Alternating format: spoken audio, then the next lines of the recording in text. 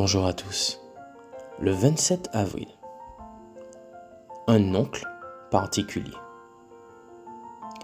Sanctifiez mes sabbats, et ils seront entre moi et vous, un signe auquel on reconnaîtra que je suis l'Éternel, votre Dieu. Ézéchiel 20, verset 20. Nigel Hung est un comédien malaisien devenu célèbre en juillet 2020 grâce au personnage Uncle Roger, Oncle Roger, un Asiatique qui parle anglais avec un accent cantonais exagéré et porte un t-shirt orange vif.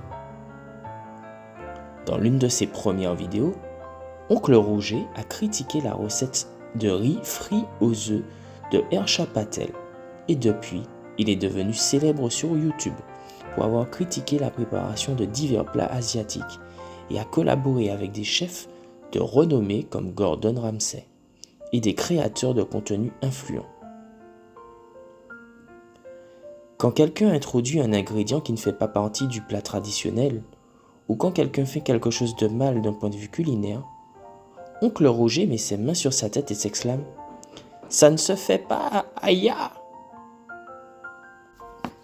Heureusement, le personnage ne critique que les vidéos de cuisine. Peux-tu imaginer ce qu'il se passerait s'il y avait un Oncle Roger qui critiquait les croyances ou les pratiques de la majorité du monde chrétien?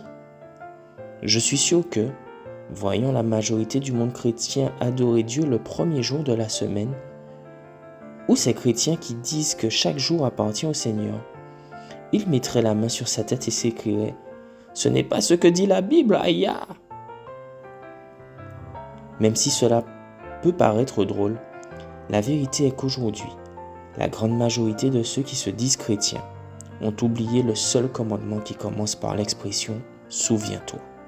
Exode 20, verset 8.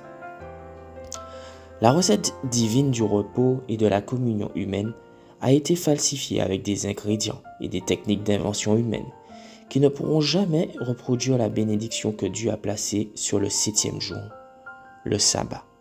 Voir Genèse 2, versets 2 à 3.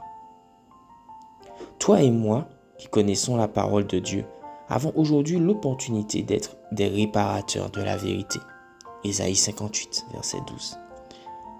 Avec simplicité et amour, nous pouvons exercer une influence positive sur ceux qui aujourd'hui doivent se rappeler que le sabbat est un jour destiné à la communion avec le Créateur et avec notre prochain.